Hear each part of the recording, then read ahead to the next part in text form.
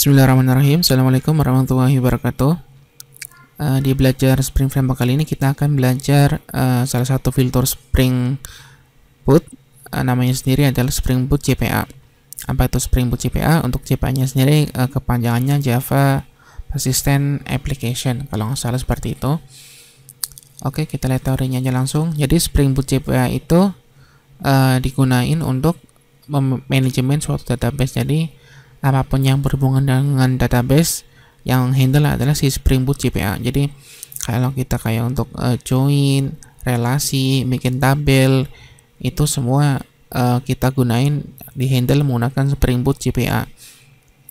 Untuk Spring Boot JPA sendiri basicnya menggunakan framework Hibernate. Jadi teman-teman yang sudah menguasai atau sudah tahu Hibernate harusnya nggak ada masalah di pembuatan tabel menggunakan Spring JPA ini, karena hampir sama. Terus untuk di Spring Boot untuk JPA ini kita menggunakan Java Bean. Jadi Java Bean itu ada getter dan setter. Kalau teman-teman belum tahu ini, teman-teman bisa melihat video tutorial saya yang di bagian Java OOP. Saya sudah bahas mengenai Java Bean. Untuk menggunakan Spring Boot JPA ini kita perlu menambahkan dependensi baru. Ini nama dependensinya. Untuk JPA-nya kita menggunakan ini Spring Boot Starter JPA. Terus juga kita menggunakan database MySQL, kita perlu tambahkan konektor Java-nya ini. Nanti kita praktekin biar lebih jelasnya. Jadi seperti itu untuk dependensinya. Kalau kita menggunakan MySQL kita perlu tambahin konektornya. Untuk JPA-nya sendiri sama menggunakan ini. Ini anotasi Java configuration yang sederhana, yang paling sering digunain. Yang pertama, sebenarnya ada banyak banget teman-teman. Kalau pengen explore lebih jauh, teman-teman bisa belajar sendiri. Ada di dokumentasi Hibernate-nya, teman-teman bisa lihat sendiri, bisa browsing sendiri. Ini untuk sederhananya, basicnya ada seperti ini yang paling sering digunain. Yang pertama ada anotasi entity, biasanya digunakan sebagai inisialisasi pembuatan suatu tabel. Jadi defaultnya nama tabelnya, kalau kita pakai entity, defaultnya adalah nama kelas tersebut. Jadi kalau nama kelasnya mahasiswa, ya nanti nama tabelnya mahasiswa. Yang kedua, ini harusnya yang kedua ada anotasi table. Ini kita digunain kalau kita mau custom nama tabelnya. Jadi kalau hanya menggunakan entity, nama tabelnya otomatis defaultnya sesuai nama kelasnya. Nanti kita praktekin, jadi teman-teman tahu. Tapi kalau kita menggunakan anotasi table, nama tabel kita bisa custom. Jadi seperti itu, nama table kurung tutup diuri dengan nama tabelnya. Terus yang ketiga ada ID. Terus ada juga generated value. Jadi biasanya kalau ada anotasi ID pasti diikuti dengan anotasi generated value. Biasanya ini digunain untuk penanda bahwa si kolom tersebut adalah suatu primary key. Terus untuk generated value-nya sendiri ini digunain untuk strateginya, atau kalau strategi kita mau pakai increment atau mau pakai UID ataukah yang lain. Jadi kita pakai generated value. Yang keempat ada notasi kolom. Kolom ini digunakan jika nama kolom di tabel kita pengen custom. Jadi kalau defaultnya nggak usah pakai anotasi ini juga bisa, cuma defaultnya nanti sesuai dengan nama atribut yang ada di kelas tersebut. Jadi nanti kita praktekin aja biar tahu bedanya. Ini kira-kira untuk pembuatan suatu tabel menggunakan Spring Boot JPA. Jadi prosesnya kurang lebih pertama kita perlu tambahkan dependensi untuk JPA-nya. Dan untuk database-nya, kalau pakai SQL ya pakai konektor SQL, kalau pakai Oracle ya pakai konektor Oracle. Pokoknya ini kurang lebih prosesnya seperti ini. Yang kedua, kita perlu bikin kelas modelnya. Kelas modelnya itu digunakan untuk inisialisasi di nama tabelnya. Nanti kita praktekin. Yang ketiga, kita perlu konfigurasi anotasinya. Yang konfigurasi anotasi itu yang kayak ini, yang entity table seperti ini. Terus yang keempat, kita perlu buat skema database-nya. Jadi kalau di MySQL skema database-nya pasti dibikin manual. kita perlu bikin. Terus yang kelima, kita perlu konfigurasikan database-nya. Jadi kalau database kan ada konfigurasinya kan beda-beda, ada konfigurasi untuk username-nya, ada password-nya. Nah, ini nanti kita konfigurasikan di dalam file application.properties. Jadi untuk konfigurasi SQL-nya kita bisa taruh atau bisa kita konfigurasikan di file application.properties. Ini di dalam Spring Boot ada, udah otomatis tergenerate file ini. Nanti kita lihat. Terus yang keenam, kita jalanin Spring Boot-nya, otomatis nanti tabelnya akan tergenerate otomatis. Oke, biar lebih jelas kita praktekin aja langsung. Kemarin kita sudah bikin suatu instalasi Spring Boot untuk webnya. Kita cek buka POM XML-nya. Di sini belum ada JPA-nya, jadi kita perlu tambahin JPA-nya. Untuk paling gampangnya caranya kita buka ini aja, Maven repository. Di sini kita searching aja Spring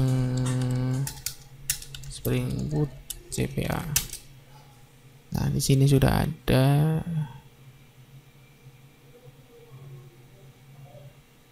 Spring Boot. Sorry, pakai yang ini.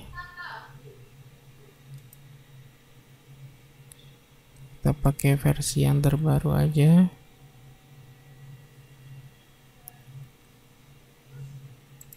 Kita copy aja. Kita pindahin di Maven POM XML-nya di sini. Kita tambahin di sini aja. Ininya kita hapus. Versinya kita hapus aja. Terus kita perlu tambahin juga MySQL connector. Untuk versinya yang pakai terbaru aja, kita copy, kita tambahin di Maven-nya. Dia lagi auto import, biarin saja. Ini perlu auto import. Oke. Terus dependency sudah ditambahin. Terus kita perlu bikin suatu modelnya. Kemarin kita sudah bikin paket model. Nah, di sini untuk membuatkan suatu tabel, kita inisialisasikan menggunakan Java class. Jadi kita bikin, misalkan kita mau bikin tabel mahasiswa, jadi kita tulis saja mahasiswa. Jadi kalau yang berhubungan dengan database, bagusnya kita simpan di model. Terserah teman-teman sih simpan di mana, cuma kalau saya biasanya simpan di model. Nah, jadi di paket model ini untuk penanda bahwa ini kelas untuk yang berhubungan dengan database. Sekarang di sini saya akan bikin tabel mahasiswa. Jadi saya ketik aja mahasiswa. Oke. Terus di sini saya perlu tambahin anotasi entity namanya. Untuk importnya sendiri kita ambil yang java.persistence. Karena entity importnya ada banyak, cuma kita pakainya yang ini, yang persistence. Terus kita perlu atribut. Atributnya ini digunain untuk penanda nama kolom di tabel yang akan kita buat. Misalkan di sini ada string name ID,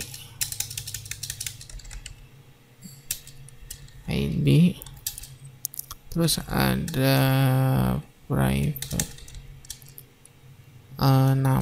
string nama mahasiswa maksudnya. Terus ada private jurusan,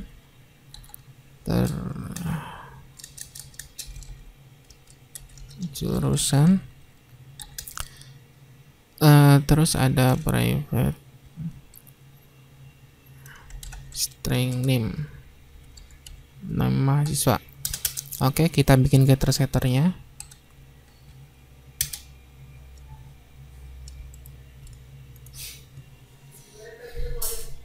Saya anggap teman-teman di sini sudah bisa untuk membuat getter setter dan sudah paham. Kalau belum paham, teman-teman bisa lihat video saya di bagian Java OP. Di situ saya sudah terangin getter setter dan Java Bean. Terus di sini karena ini ID, kita perlu anotasi ID. Nah, jadi ID ini akan digunakan sebagai primary key-nya. Terus di sini kita perlu generate value. Untuk strateginya kita pakai yang auto. Jadi kalau auto ini maksudnya auto increment. Terus untuk nama tabelnya, jadi kalau kita pengen nama tabelnya kalau kita pakai anotasi tabel seperti ini, ikuti nama. Nah, di sini defaultnya kalau nggak pakai anotasi tabel, defaultnya maka nama tabel di database-nya akan tergenet mahasiswa. Tapi kalau kita pengen custom misalkan mahasiswa apa gitu, ya kita tulis saja nanti defaultnya nama tabelnya bukan mahasiswa tapi sesuai yang nama di sini. Jadi di sini saya nggak usah, karena di sini sudah nama mahasiswa. Saya juga pengennya nama tabelnya juga mahasiswa, jadi saya nggak usah pakai anotasi table supaya defaultnya mahasiswa aja. Terus di sini di bagian nama, kalau misalkan pengen custom nama kolomnya, kita bisa pakai anotasi kolom, ikutin name-nya misalkan nama mahasiswa. Jadi kalau teman-teman nggak pakai anotasi kolom ini, nanti defaultnya kolom yang ada di tabel mahasiswa defaultnya adalah nama tok. Tapi kalau kita pakai anotasi kolom, nanti defaultnya adalah nama mahasiswa. Jadi seperti itu. Terus apa lagi ya? Sepertinya udah. Terus kita perlu nyalakan ini ya. Kalau di sini saya pakai SMPP. Jadi kita perlu, di sini saya prakteknya pakai database MySQL. Jadi MySQL-nya teman-teman mesti install dulu. Kalau sudah install ya tinggal dijalanin aja. Di sini saya sudah install SMPP, jadi saya tinggal jalanin MySQL-nya. Kita start. Terus saya bikin suatu skema database-nya.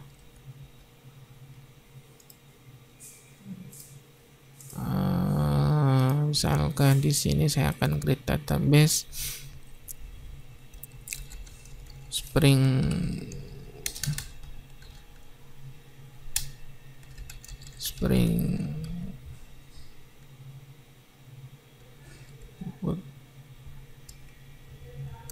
tutorial Spring Boot. Jadi saya akan gunakan pakai ini, nama skemanya tutorial Spring Boot.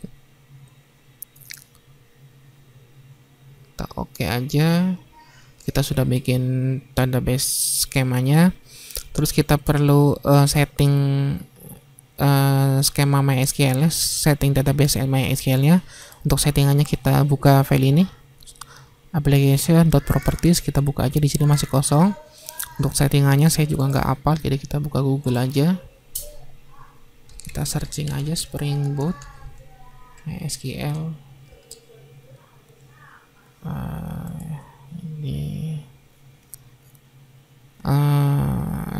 Ini kita copy aja settingannya.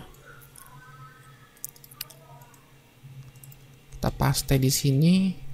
Ini localhost.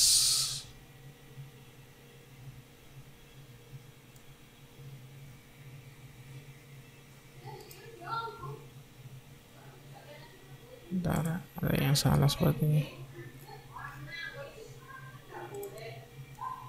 MySQL driver.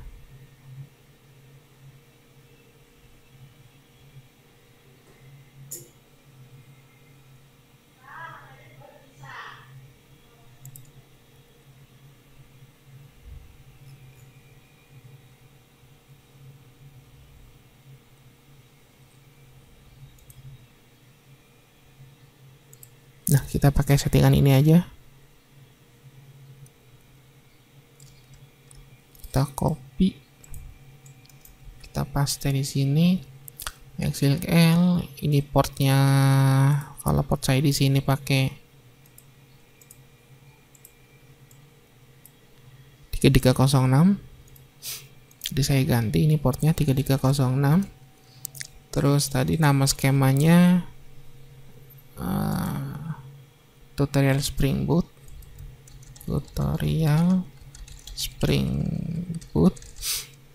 terus username-nya root, password-nya kosong.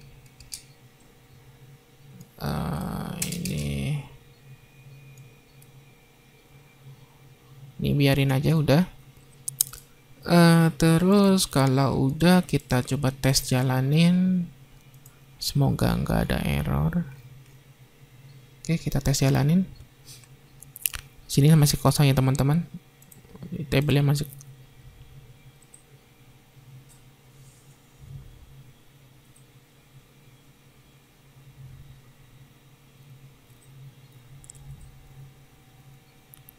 Oke, kita tes database-nya, kita refresh coba. Nah, sudah masuk, sudah terus create tabel mahasiswa, sukses. Jadi kalau kita lihat alter table,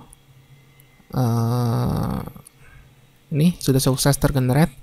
Jadi kita sudah sukses membuat suatu tabel menggunakan Spring Boot CPA. Ini codingannya. Jadi seperti ini, gampang kan teman-teman? Sangat gampang. Nanti di pertemuan di video selanjutnya kita akan bikin suatu aplikasi create template update ini menggunakan Spring Boot dengan memanfaatkan tabel mahasiswa ini. Oke, bantu share ke yang lain video ini supaya manfaatnya bisa lebih banyak. Terima kasih. Assalamualaikum warahmatullahi wabarakatuh.